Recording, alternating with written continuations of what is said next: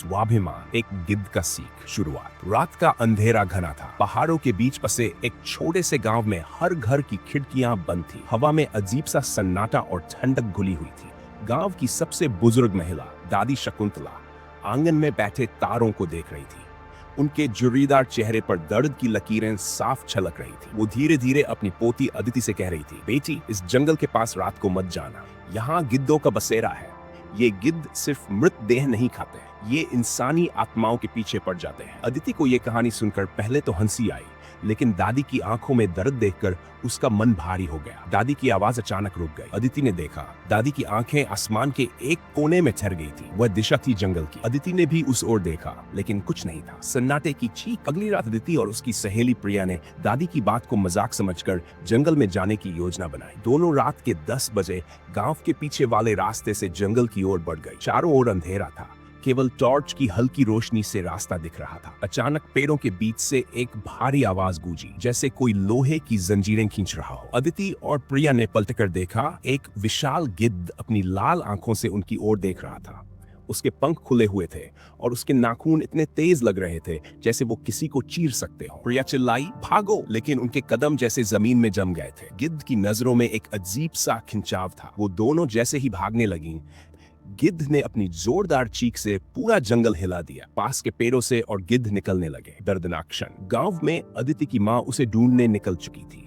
आधी रात बीत चुकी थी, लेकिन अदिति और प्रिया का कहीं पता नहीं था। जब माँ जंगल के किनारे पहुंची तो वहां का मंजर देखकर उनकी चीख निकल गई। पेड़ों के नीचे प्रिया का खून से लथपथ दुपट्टा पड़ा था। पास ही एक अजीब सा पंजा बना निशान जमीन पर खुदा हुआ था। अदिति का कहीं कोई सुराग नहीं था। माँ जमीन पर गिर पड़ी और रोने लगी। तभी उनकी नजर पेड़ों की शाखाओं पर गई। वहां एक गिद्ध बैठा था, जिसकी चोंच से खून टपक रहा था। गिद्ध की आंखें चमक रही थी और उसकी दिशा अदिति के घर की ओर थी। अनजानी सच्चाई। अगली सुबह गांव के लोग अदिति को ढूंढने जंगल में पहुंचे।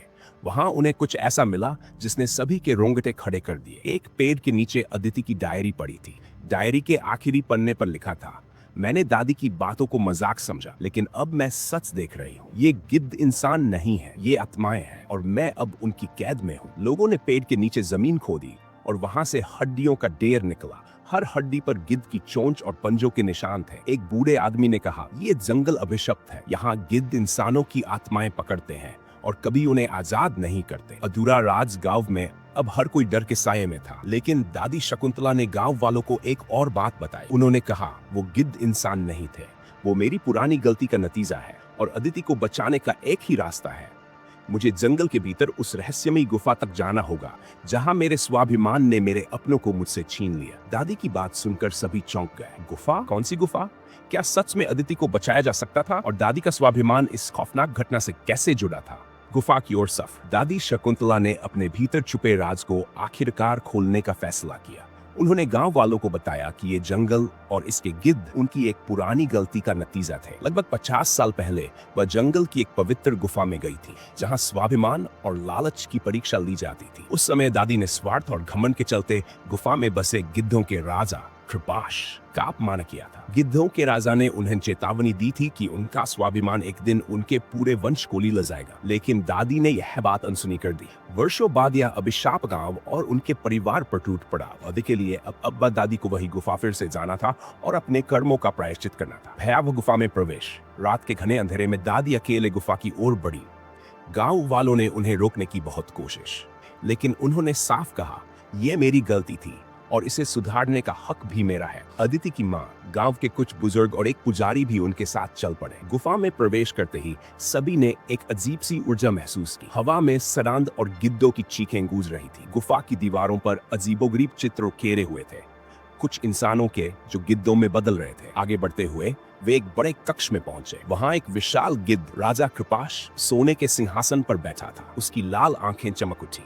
गिद्ध राजा का न्याय। कृपाश ने दादी को देखते ही गूंजती आवाज में कहा, तो तुम आ ही गई शकुंतला, क्या अब अपने स्वाभिमान का बोझ उतारने आई हो? दादी ने रोते हुए कहा, मुझे माफ कर दो, मैंने अपने घमंड के चलते तुम्हारे अभिशप्त जंगल और इन गिद्धों का अपमान किया था। मेरे कारण आज मेरी पोती की जान खतरे में है। कृपाश, मेरी अदिति को वापस कर दो, मैं हर सजा भुगतने को तैयार हूँ। कृपाश हंसा और बोला, ये सिर्फ तुम्हारे शब्दों से नहीं होगा, तुम्हें अपनी आत्मा कुर्बान करनी होगी।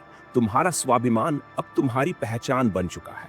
अगर तुम अपनी पहचान त्याग सकती हो तो मैं तुम्हारी पोती को छोड़ दूंगा। दादी का बलिदान। गांव के लोग दादी की ओर देखने लगे। दादी ने अपने चेहरे पर एक अजीब सा संतोष लाते हुए कहा, अगर मेरी पहचान, मेरा स्वाभिमान और मेरा जीवन मेरी पोती को बचा सकता है तो मैं इसे खुशी खुशी त्यागती हूँ। यह कहते ही दादी ने खुद को गिद्ध राजा के सामने झुका दिया। कृपाश ने एक भयावह चीख लगाई और अपनी चोंच से दादी की आत्मा को खींच लिया। दादी का शरीर गिर पड़ा, लेकिन उनकी आंखों में सुकून था। तभी अदिति कक्ष के दूसरी ओर दिखाई दी। वह बेहोश थी लेकिन सुरक्षित थी। गिद्ध राजा का अंत। जैसे ही दादी ने बलिदान दिया, गुफा के भीतर अजीब घटनाएं होने लगी। गिद्ध राजा की शक्ति कमजोर पड़ने लगी, उसके पंख छड़ने लगे और उसकी लाल आंखें बुझ गईं। गुफा के अंदर का सारा अंधकार एक उजाले में बदल गया। कृपाश ने आखिरी बार कहा, शकुंतला, तुम्हारे बलिदान ने इस अभिशाप को समाप्त कर दिया। अब ये जंगल आजाद है। गांव की मुक्ति। गांव के लोग अदिति को लेकर वापस लौट आए। सुबह होते ही जंगल से गिद्ध गायब हो गए और वहां एक शांति छा गई। दादी के बलिदान ने गांव को गिद्धों के आतंक से मुक्त कर दिया था, लेकिन अदिति ने दादी की आखिरी बात को कभी नहीं भुलाया। स्वाभिमान अच्छा है,